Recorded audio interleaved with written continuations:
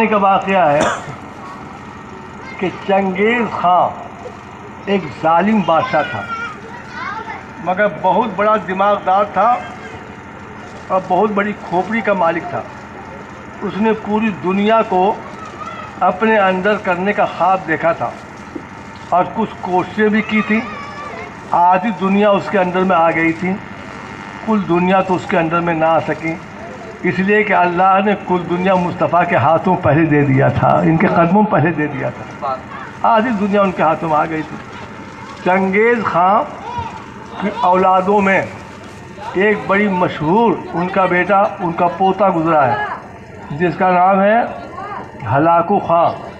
Hulagu Khan بڑا ظالم تھا، جابر تھا، قاہر تھا، بدمعاش تھا، بدتمیز تھا اور بہت بڑا سفاک اور درندہ تھا۔ ہلاکو خان نے جس شہر پر حملہ کیا ان کی اپنی فوج کے ساتھ، شہر کی اینٹ سے اینٹ بجا دی، خون کی ندیاں بہا دی۔ اسی کے دور حکومت میں یا دور شجاعت میں بغداد میں جو نہریں ہیں، نہر فرات، اس کا پانی ایک وقت تھا کہ جو خون کے رنگ میں تبدیل ہو گیا تھا، پانی کی شکل نہ تھی بلکہ خون کی شکل تھی۔ اتنا خون بہایا تھا ہلاکو نے انسانوں کا اور مسلمانوں کا۔ بغداد کی اینٹ سے اینٹ بجا دی، غرناطہ کی اینٹ سے اینٹ بجا دی، پوری دنیا کو اکھاڑ کر پھینک دیا۔ یہ میں ہلاکو کی بات کر رہا ہوں، چنگیز کی بات نہیں کر رہا ہوں۔ ہلاکو ایک دن بڑا موڈ میں تھا، اس نے اپنے آدمی سے پوچھا کوئی ملک ایسا بھی ہے کہ جس پر میں نے فتح نہیں کیا ہے؟ لوگوں نے کہا ایک ملک رہ گیا ہے۔ کہا وہ ملک کون سا ہے جو میرے ہوتے ہوئے اب تک میری قبضے میں نہیں آیا؟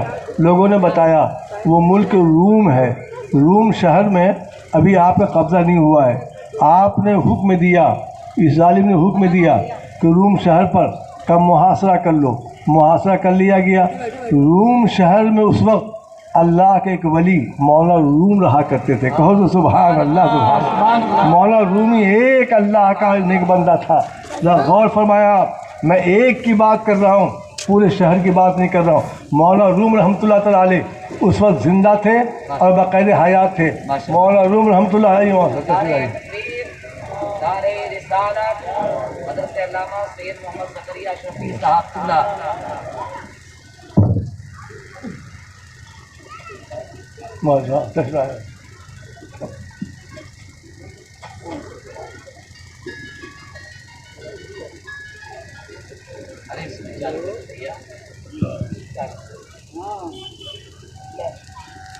مولانا روم رحمۃ اللہ تعالیٰ علیہ اس وقت باقاعد حیات تھے، مگر اس واقعے سے چند دن پہلے، چند روز پہلے انہوں نے روم شہر کو چھوڑ دیا تھا۔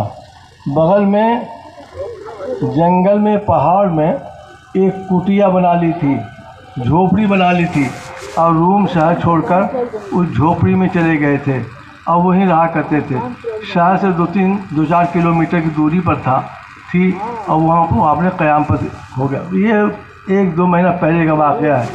ہلاکو نے جس وقت روم شہر کا محاصرہ کیا، رات کا وقت تھا، کچھ لوگوں نے آپس میں بات چیت کی کہ ہلاکو سے کیسے مقابلہ کرو گے؟ تو انہی لوگوں نے آپس میں طے کیا کہ ہم ان سے مقابلہ کرنے کے قابل ہی نہیں ہیں، ہم ان سے مقابلہ نہیں کر پائیں گے۔ ان کا مقابلہ وہی کرے گا کہ جس کو اللہ نے روحانی طاقتیں عطا فرمائی ہوں۔ ہم مادیت سے ان کا مقابلہ نہیں کر پائیں گے، ان کی تلوار کے سامنے ہماری تلواریں کام نہیں کریں گی۔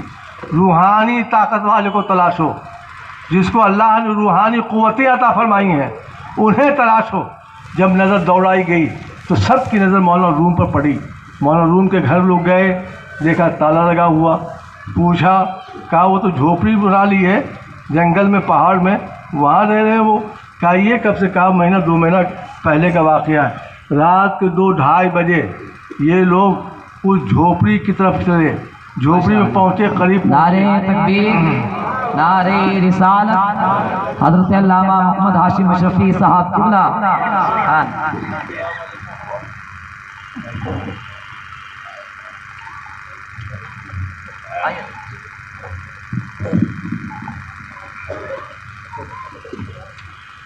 وہاں پہنچے تو اس وقت مولانا روم رحمۃ اللہ علیہ تہجد کی تیاری کر رہے تھے، وضو کر رہے تھے.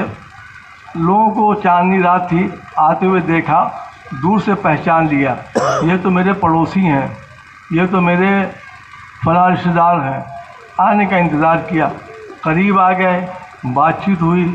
کیسے اتنی رات کو؟ کہا سرکار آپ نے شہر چھوڑ دیا ہے، یہاں آپ نے قیام کر لیا ہے، شہر پر اللہ کا عذاب آیا ہوا ہے، بلا آنے والی مصیبتیں آ گئی ہیں، شہر بگڑ جائے گا، فنا تباہ و برباد ہو جائے گا. کیا ہوا؟ کہ ہلاکن سے گھیر لیا ہے، کل اس پر حملہ کریں گے، عورتیں بیوہ ہوں گی، بچے یتیم ہوں گے، ہم سب گھر سے بے گھر ہو جائیں گے، ہم مارے جائیں گے.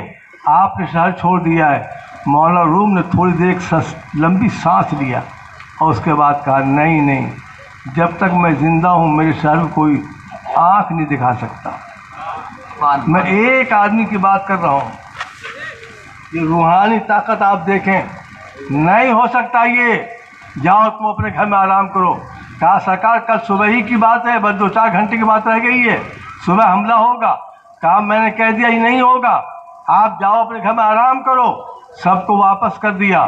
خود اٹھے، مصلی اپنے کاندھے پر رکھا، تسبیح کے دانے ہاتھ میں لیے اور وہاں گئے جہاں ہلاکو کی فوج تھی. ہلاکو کے خیمے کے آگے آگ جل رہی تھی. آپ نے اسی کے خیمے کے آگے دروازے پر مصلی بچھا دیا، نماز پڑھنے لگ گئے. رات ختم ہوئی، صبح ہوئی، ہلاکو بیدار ہوا. جب دروازے پر آیا اس نے دیکھا ایک میاں اللہ کی بارگاہ میں سجدے میں ہے، سر کو جھکائے ہوئے ہے. تو ہلاکو چیخا چلایا. اس نے کہا اتنی بڑی جرأت، میرے دروازے پر کوئی اللہ کا ماننے والا آ گیا ہے، سجدہ کر رہا ہے. اتنی تلواریں مارو کہ اس کی ہڈی کا پتہ بھی نہ چلے. دیکھتے دیکھتے 10,000 تلواریں نکل آئیں اور 10,000 تلواروں نے مولانا روم کی گردن کو کاٹنا چاہا. مگر واہ تاریخ، ہم تمہیں سلام کرتے ہیں کہ 10,000 تلواریں اٹھی تو اٹھی رہ گئیں. کوئی تلوار مولانا روم کی گردن پر چل نہ سکی. سب کے ہاتھ یوں تھے اور یوں ہی رہے، نیچے نہ آ سکے. ہلاکو دور کھڑا ہو کر دیکھ رہا تھا. اس نے دیکھا کہ تلواریں کام نہیں کر رہی ہیں تو ہلاکو نے کہا کہ میری فوج کو لوگوں، تیری ہمتیں کم ہو گئی ہیں، تو نامرد ہو گیا ہے، تلواریں تیری کام نہیں کر رہی ہیں، تلواریں پھینک دو، تیروں سے ان کا نشانہ بناؤ اور ان کو چھلنی کر ڈالو. 10,000 تیر سے تیر نکلے، مولانا روم کی طرف آئے، نشانے پر آئے، مگر کوئی تیر مولانا روم کو لگ نہیں رہا تھا. کوئی دائیں ہو جاتا، کوئی بائیں ہو جاتا، کوئی اوپر کوئی نیچے ہو جاتا. مولانا روم کا سر سجدے میں رہا. ہلاکو نے کہا تیر بھی چھوڑو، گھوڑوں کے ٹاپوں سے انہیں رون ڈالو.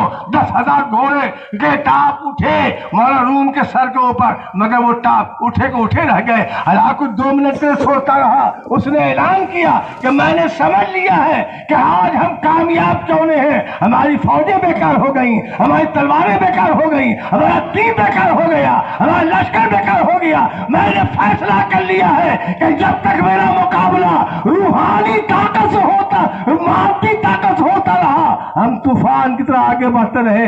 اس وقت میرا مقابلہ روحانی طاقت سے ہے، ہم ان سے جیت نہیں پائیں گے. اگر بھلائی چاہتے ہو تو میاں کو سجدے میں چھوڑ دو، گھر بھاگ جاؤ. مورخ لکھتے ہیں کہ فتح جن کا نصیب تھا انہیں شکست ہوئی، شکست جن کا نصیب تھا اللہ نے ان کو فتح مبین عطا فرمایا اور فتح کی طاقتوں سے نوازا. میں یاد کر رہا تھا مسلمانوں، آج ہمارے پاس جس چیز کی کمی ہے وہ یہی کمی ہے کہ روح تو موجود ہے بدن میں، جس نے ہمیں زندگی بخشی ہے، حیات دی ہے. ہم کھا رہے ہیں، پی رہے ہیں، چل رہے ہیں، سن رہے ہیں، دیکھ رہے ہیں، مگر جو روح کا کام تھا، طاقت، روحانی طاقت کا دینا، آج ہمارے پاس وہ نہ رہ گئی. یہی وجہ ہے کہ چمار بھی ہمیں آنکھیں دکھا رہا ہے، ایک گرتا پڑتا آدمی بھی ہمیں آنکھیں دکھا رہا ہے. کاش اللہ تعالی ہمیں آپ کو پھر سے وہ روحانی طاقت عطا فرما دیتا جو کبھی اللہ نے عمر بن خطاب کو عطا فرمایا تھا، محمود غزنوی کو عطا فرمایا تھا، محمود غوری کو عطا فرمایا تھا. میں آگے کچھ نہ کہہ کر بس اتنا کہنا چاہوں گا کہ اسلام ہر دور میں زندہ رہا ہے اور زندہ رہے گا